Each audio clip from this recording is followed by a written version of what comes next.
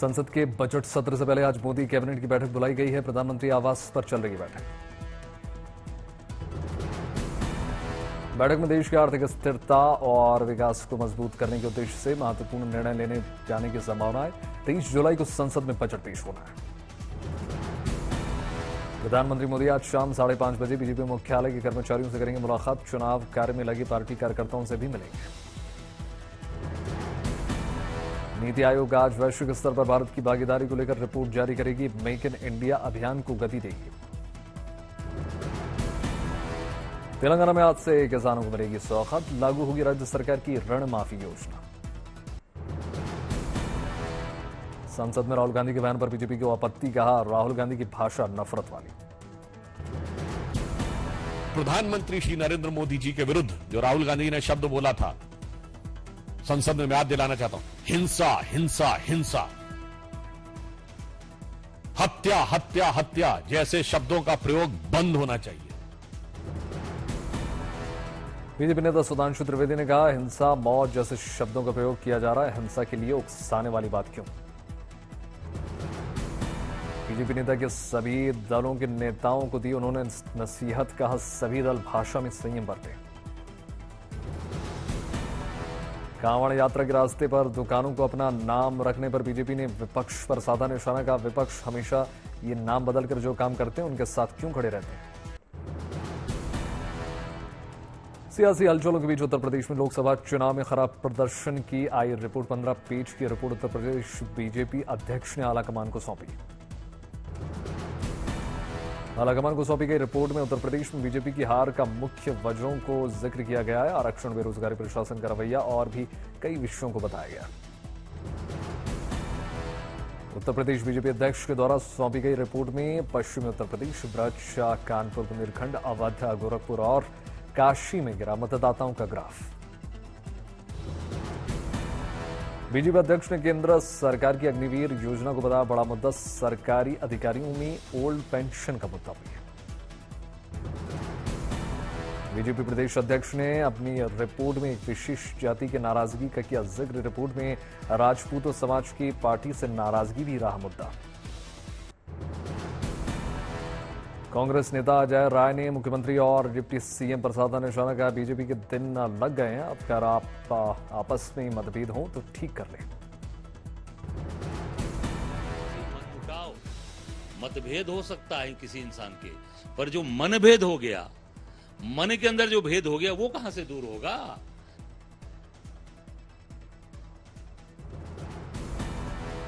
उत्तर प्रदेश की राजनीति पर बीजेपी नेता कृपा शंकर सिंह का बड़ा बयान। कहा, हार की जिम्मेदारी सामूहिक होनी चाहिए। ये सामूहिक जवाबदारी है। एक नया फैशन चल गया है अभी, दूसरे के ऊपर ठिकरा फोड़ने का। लोकसभा चुनाव में खराब नतीजों पर बोले बीजेपी विधायक सुशील सिंह। कहा, चुनाव के नतीजे हमारे लिए अच्छे नहीं है। सरकार से बड़ा संगठन ही सरकार बनाता है। उत्तर प्रदेश बीजेपी में खलबली के बीच अखिलेश का धमाकेदार बयान। सोशल मीडिया पर लिखा, मॉनसून ऑफर 100 लाओ, सरकार बनाओ।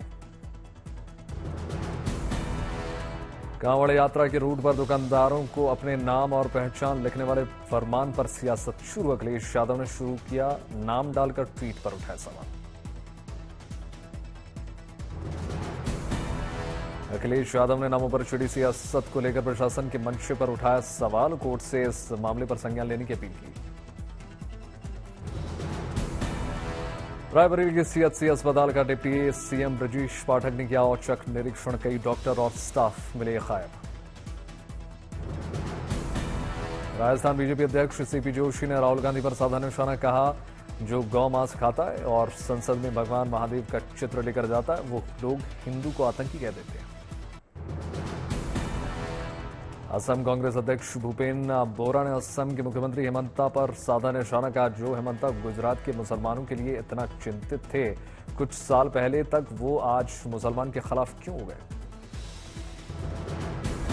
जो हिमंता विश्व शर्मा गुजरात का मुसलमान को लेकर इतना चिंतित था, आज असम का मुसलमान का इतना बड़ा दुश्मन कैसे बन गया? इसका जवाब पहले वो देना पड़ेगा।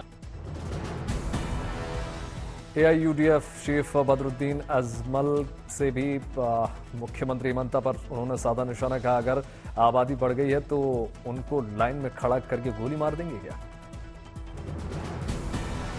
तो क्या करेंगे? अभी जितने बढ़ गए उनको एक साथ में लाइन में खड़ा करके गोली मार देवे तो हो गया। तो एक दिन में तो नहीं हुआ ना, और उनको आज मालूम पड़ा क्या?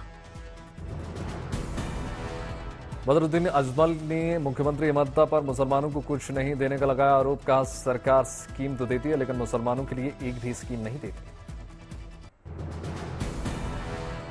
फिर खुला भगवान जगन्नाथ मंदिर का रत्न भंडार। कड़ी निगरानी के बीच शुभ मुहूर्त में खजाने को खोला गया, शिफ्ट किया गया।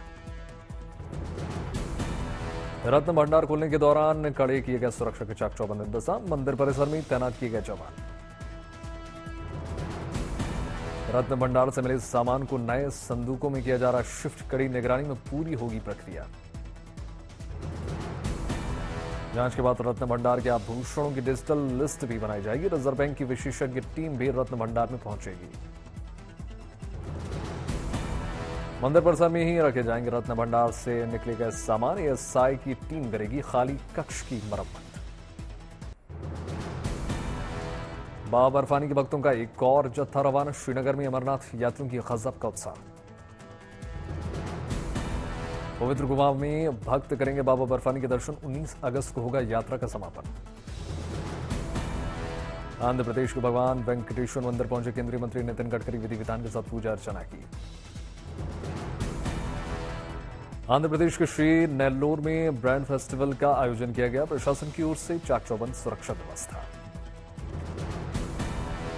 कर्नाटक के मंगलुरु पहुंचे केंद्रीय रेल राज्य मंत्री V Somanna. Central railway station का निरीक्षण। मथुरा में शुरू हुआ 5 दिन का दिवसीय गुरु पूर्णिमा मेला। 21 किलोमीटर लंबे रूट पर गोवर्धन परिक्रमा जारी। पूर्णिमा मेले के लिए मथुरा में की गई विशेष सजावट। 50 लाख से ज्यादा श्रद्धालुओं को पहुंचने की संभावना। जम्मू कश्मीर में पर्यटकों को मिला तोहफा। पुंछ में भी सैलानी उठा सकेंगे रिवर राफ्टिंग का लुत्फ। लस्त नदी में मिला एडवेंचर का एक और विकल्प।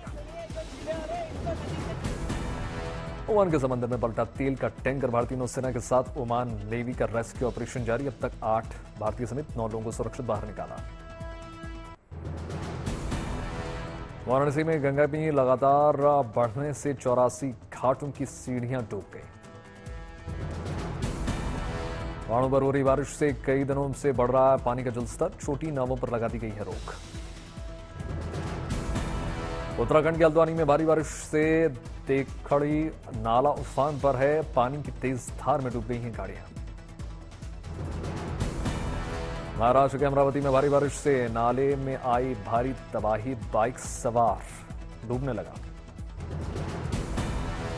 गुजरात में अगले 5 दिनों के लिए भारी बारिश का अलर्ट। द्वारका, पोरबंदर, जूनागढ़, गिर सोमनाथ, अमरेली और राजकोट समेत 6 जिलों में रेड अलर्ट। देहरादून में जमकर बरसे बादल। कई इलाकों में जलजमाव। नदियां नाले उफान पर। उत्तराखंड के बागेश्वर में हुई मूसलाधार बारिश। धान किसानों ने ली राहत की सांस। उत्तर प्रदेश की बस्ती में भारी बारिश से जनजीवन पूरी तरीके से अस्त व्यस्त। स्कूल और घरों में घुस गया बाढ़ वाला पानी। हिमाचल प्रदेश के धर्मशाला में मेहरबान हुआ मानसून। जमकर बरसे बदरा। मुंबई में देर शाम जमकर हुई बारिश। गर्मी से राहत। मुंबई में सुबह सुबह हुई बारिश। सड़कों पर भर गया पानी। उत्तर प्रदेश के सिद्धार्थ नगर में आई बाढ़। कई गांवों में घुस गया पानी। बाढ़ की वजह से बांध पर रहने को मजबूर हुए लोग मवेशियों की जान बचाने के लिए बंधे पॉलीथीन डालकर 15 दिनों से कर रहे हैं निवास।